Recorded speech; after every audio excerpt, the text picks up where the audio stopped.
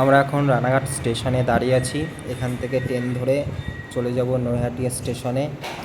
নৈহাটি স্টেশনে আসার পরে একটু পরেই আমাদের ব্যান্ডেল লোকাল আসলো। ব্যান্ডেল লোকালে উঠেই গঙ্গা দেখতে দেখতে চলে গেলাম ব্যান্ডেল স্টেশনে। ব্যান্ডেল স্টেশনে আসার পরে কিছুক্ষণ পর আমাদের ট্রেন চলে আসলো। আমাদের ট্রেন ঢুকছে ময়ূরাক্ষী এক্সপ্রেস। আমরা এই ট্রেনে উঠবো এখন। ট্রেনে ওঠার পর সুন্দর প্রকৃতির দৃশ্য দেখতে দেখতে চললাম দেহঘরের উদ্দেশ্যে।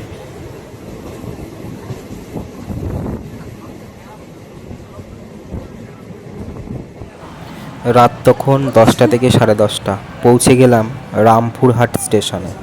এখান থেকে তারাপীঠ মন্দির খুবই কাছে, তাই খুব ভিড় ছিল স্টেশনটায়।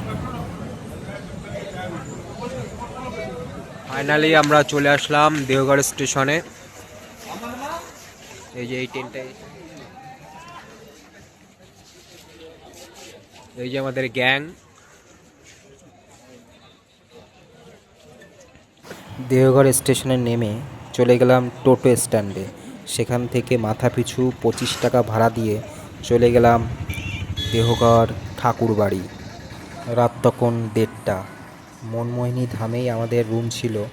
যেহেতু অনেক রাত্রে আমরা পৌঁছেছি, রুমটা পেতে আমাদের দেরি হলেও ফাইনালি রুমটা পেয়ে গেছি। এখন আমরা রুমের সব অফিসিয়ালি কাজগুলো করে আমরা রুমের মধ্যে প্রবেশ করব। ফাইনালি আমরা রুমটা পেয়ে গেছি। একটা অসাধারণ রুম ঠাকুরবাড়ি থেকে আমাদের দিয়েছে। 4টে বালিশও দিয়েছে। এখন একটু ফ্রেশ হয়ে আমরা একটু নিদ্রায় যাব।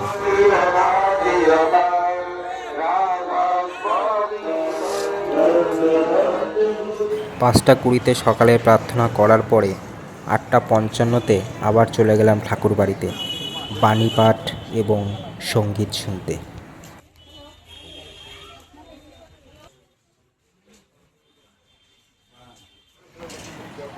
ঠাকুরবাড়ি থেকে বেরিয়ে রাস্তায় হাঁটতে হাঁটতে এবং দূরের পাহাড় দেখতে দেখতে চলে গেলাম সকালে টিফিন করতে।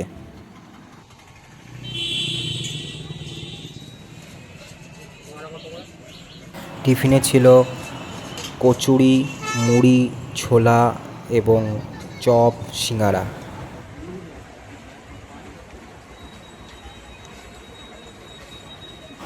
টিফিন খাওয়ার পরে ভোগের প্রসাদ খেয়ে আচার্যদেবকে দর্শন করে আমরা বেরিয়ে এলাম। বেরিয়ে আসার পরে ঠাকুর বাড়িটা একটু ঘুরে দেখলাম।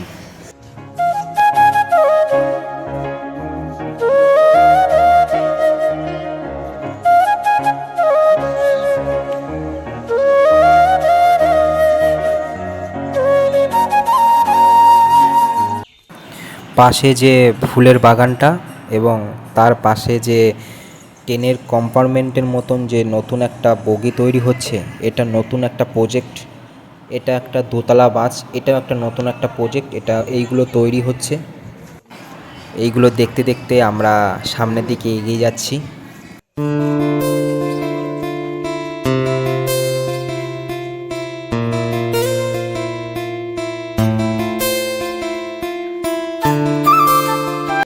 পাহাড়ের মতন যেটা দেখছেন, এটাও একটা নতুন প্রজেক্ট, এটাও তৈরি হচ্ছে।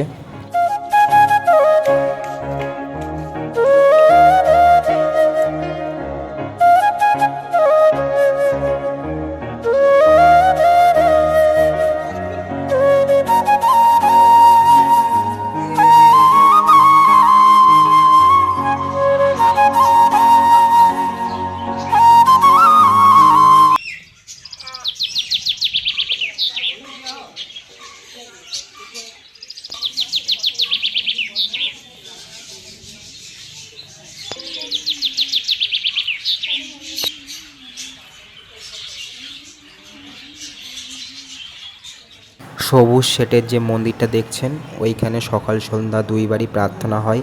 আর এখানে ঠাকুরের সব বই পাওয়া যায়। যে টাওয়ারটা দেখছেন, ওয়াচ টাওয়ার, এই ওয়াচ টাওয়ারটা কোনো ইঞ্জিনিয়ার ছাড়াই একদিনে একটা সাধারণ মিস্ত্রি এটা তৈরি করেছিলেন। এই যে বিল্ডিংটা, এটা সম্পূর্ণ আনন্দবাজারের জন্য তৈরি। আমরা এখন আনন্দবাজার খেতে যাচ্ছি, ওইখান থেকে জল ভরবো, তারপরে বিল্ডিংয়ে যাব। বিল্ডিংয়ে ঢোকার পরেই আমরা এখান থেকে হাত ধুয়ে সামনের দিকে এগিয়ে গেলাম। প্রচণ্ড ভিড় ছিল। পাতা নেওয়ার পরে আমরা সবজি যেখানে কাটে সেখানে গেলাম, দেখলাম এখনও সবজি কাটা হচ্ছে। তারপরে যেখানে রান্না হয় সেইখানে গেলাম, দেখলাম পুরো ইলেকট্রিকের সাহায্যে এখানে রান্নাগুলো করা হয়, মানে প্রসাদ তৈরি করা হয়। তারপরে বসে গেলাম, প্রসাদ চলে এলো। আজকের প্রসাদ ছিল খিচুড়ি আর খেজুরের চাটনি।